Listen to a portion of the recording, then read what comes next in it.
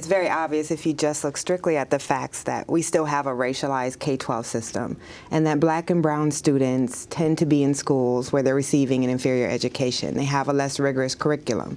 They're less likely to get access to classes that will help them in college, such as advanced placement, physics, higher level math, and they are most likely to be taught by inexperienced teachers. So when you have this system where black and brown students are receiving a very different education than white students, and then once you get to the college level, you say race no longer matters, and despite your disadvantage in a public education system, that now everyone should compete at the same level.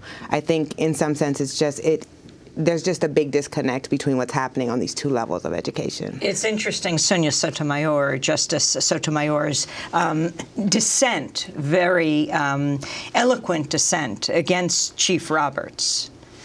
Yeah, so in 2007, Chief Justice Roberts wrote in a decision striking down voluntary desegregation orders in Seattle and in Louisville, Kentucky. And these were two districts that wanted to maintain integration in the schools because they understand the value of that for students, really in terms of education. And what Chief Justice Roberts said, a very pithy response, the way to stop discriminating on race is to stop discriminating on race. And Justice Sotomayor definitely addressed that and said you can't ignore the existence of race. And the way that you eliminate racial inequality is not to pretend that it doesn't exist. So she was directly kind of addressing that response. Could you explain, Nicole, you said that minorities, black and brown students receive an inferior education. Could you give a kind of overview of why that's the case? Is it because of districting, what schools get what kinds of resources, et cetera? Why is that the case? What's often forgotten about Brown was really addressing this system of racial caste that we had then, and that resources were really— what you mean by Brown. Brown versus Board of Education. Right, Brown versus Board of Education, which was a 1954 ruling, the landmark ruling that struck down the concept of separate but equal in schools.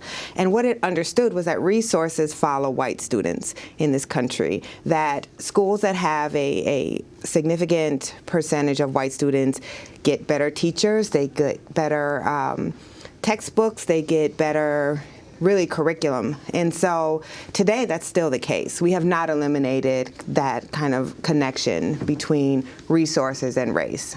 So could you talk about what it is that prompted this study? This was a year-long investigation that you conducted. How did you come upon the topic and decide to research it in this way and focus on Tuscaloosa? Well, prior to working on school segregation, I had spent nearly 2 years working on housing segregation and really looking at the federal failure, the 45-year federal failure to enforce the Fair Housing Act, and asking why, when we have a fair housing law, we still have so much racial segregation. And so during the course of that, I became very interested in the connection between segregated housing and segregated schools. And I knew I wanted to do some reporting on school segregation in particular. And I focused on the South because despite what a lot of people think, the South actually did desegregate. And it went from being completely segregated to, within a span of 40 years, even now, to becoming the most integrated region of the country. The South also educates the most black students. So you have the one region of the country that actually did desegregate, and they're educating the most black students, and they are starting to now slide back on that. And so to me, it was critical to write about the South first, because that's where we have the most to lose. I want to go back to 2007. The Tuscaloosa School Board approves a redistricting plan then that further segregated black students. This is school board member Ernestine Tucker speaking in a video that accompanied the ProPublica investigation. My position was, we've rushed into this. We need more time. We need more research. But for the majority of the people on the school board who represented the majority of the voters, it was okay. And I said to them, we will experience the damage of this decision for the next 50 years. I said it's criminal what we've done tonight. That was Tuscaloosa School Board member Ernestine Tucker. This is Shelley Jones, former chair of the Tuscaloosa School Board. We have maintained a desegregated school system. There are all kinds of evidence that, and that every day, I think the board endeavors yet today to maintain that and to ensure that. Those who had doubts that that desegregation and the green factors would be maintained of desegregation, I think now they realize, in fact, yes, we do. We see it in action. It is taking place. Former Tuscaloosa School Board Chair Shelley Jones from a video by Maisie Crow called Saving Central. Can you talk about the role of the school board in Central High? You know, it's interesting, Central, because Central was also Little Rock, Arkansas, right. But you looked at Tuscaloosa. Right. So what brought me to Tuscaloosa, what I was interested in was the South had been reshaped largely because of federal court orders. So the courts had forced integration on the South, and it had been successful. And over the last 20 years, we've seen a lot of those segregation orders lifted by the courts, and what we found was that as districts lose their federal oversight, they do begin to resegregate. And Tuscaloosa has become one of the most rapidly resegregating school districts in the country, and that's largely because of what the school board did with Central. So in 2000, when a federal judge released Tuscaloosa from its court order, the school board immediately voted to split up Central, and Central had been created by the court order. In 1979, 25 years after Brown, Tuscaloosa still operated a virtually black high school and a white high school. And so a court forced the merger of those two schools, and they created Central, and it was actually an integration success story. But because of fears of white flight, the board voted in 2000 to split apart that school, and they created 3 high schools, 2 integrated and 1 that was entirely black. And so what I really wanted to show with this report is that segregation is not an accident. I think a lot of times we focus on what's just, you know, it's natural, or it's based on where people live. But the irony of Central High School is actually located in an integrated neighborhood, but the white students right across the street from the school are gerrymandered into a district to go to an integrated school. And that Central was created as a black school by the intentional drawing of district lines. Could you explain, Nicole, why is it that federal judges have been lifting court-ordered segregation mandates? Because that's obviously had an enormous effect on this resegregation.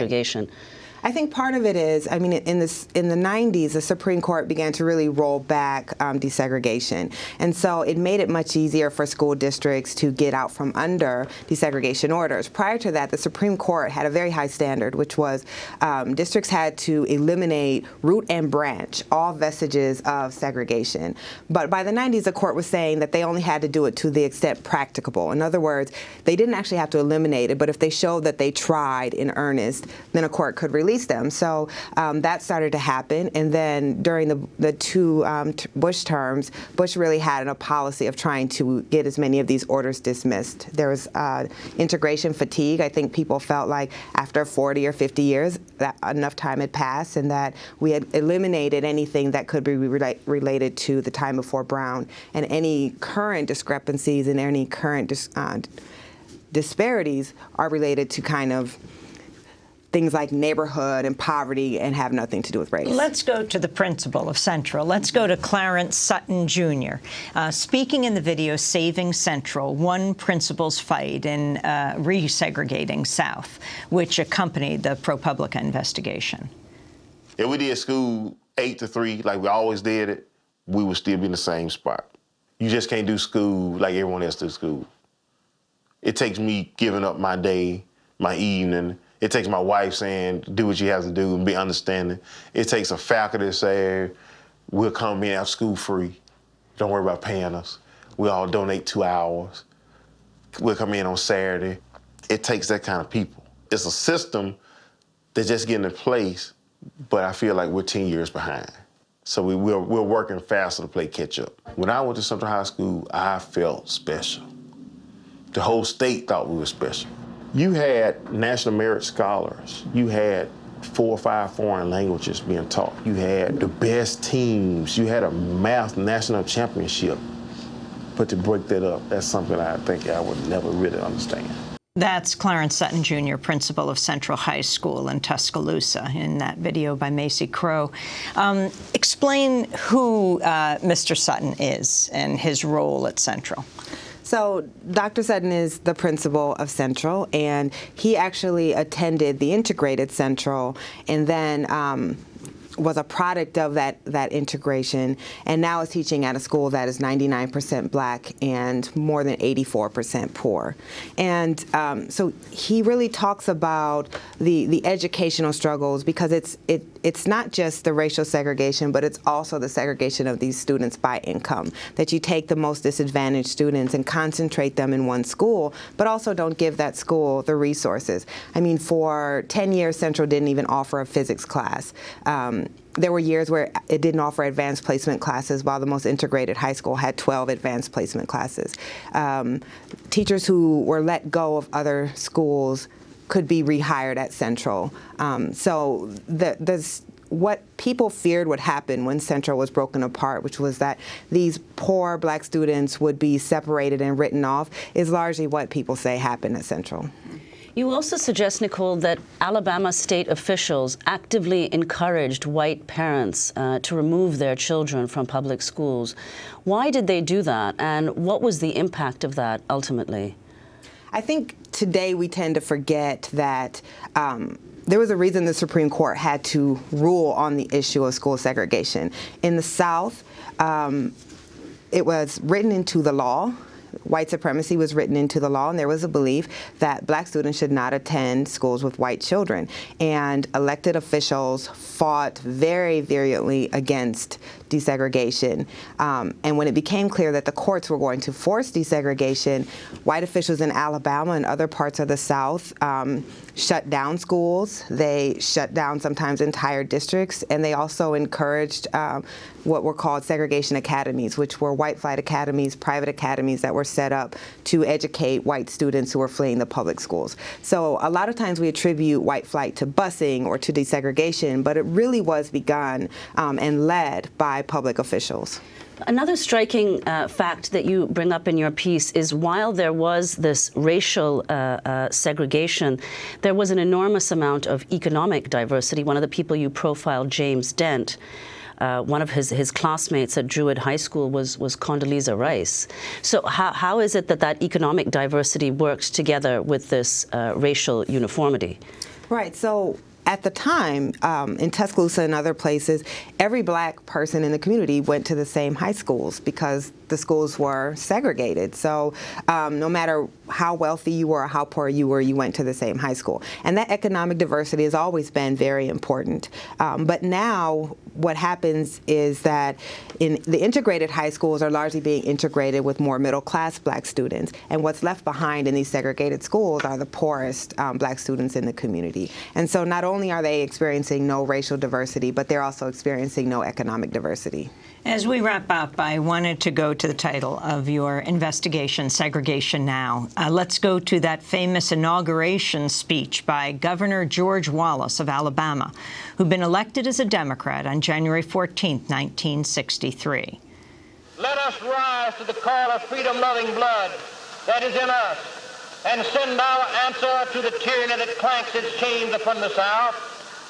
In the name of the greatest people that have ever trod this earth, I draw the line in the dust and toss the gauntlet before the feet of tyranny, and I say segregation now, segregation tomorrow, and segregation forever. That's Democratic Governor George Wallace in his inauguration address after winning the race for governor. That was back in 1963, Nicole. That was more than a half a century ago.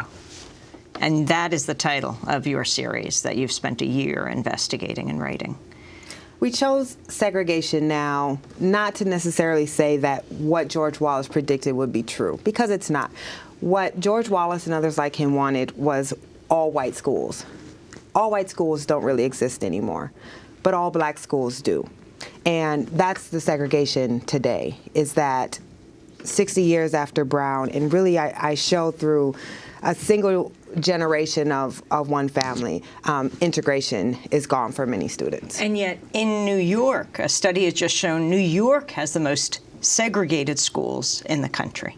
Absolutely, and this is one of the things where I hoped the story, would do some myth busting, because we all up here have this perception of the South. The South did integrate.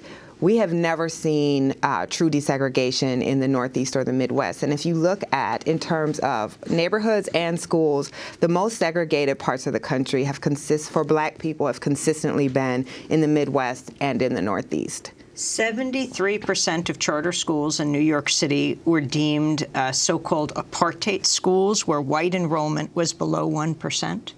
Yes. And overall in the New York public schools, it's about a quarter of Black students. And in Chicago, it's a third of Black students are in these so-called apartheid schools. So I think there's a lot of reckoning to be done. Schools? They call them apartheid schools because they're 99% Black or brown. And that's not my terminology. But when you talk to the researchers who use this term, is they want to shock Americans with that term. They want to say, because we have kind of come to accept, once again, separate but equal. When you look at Race to the Top, when you look at No Child Left Behind, we're still trying to make these separate schools equal. And never in the history of our country have we managed to do that. So I think what they're really trying to do is say, these schools are unjust, and they want to shock people with that terminology.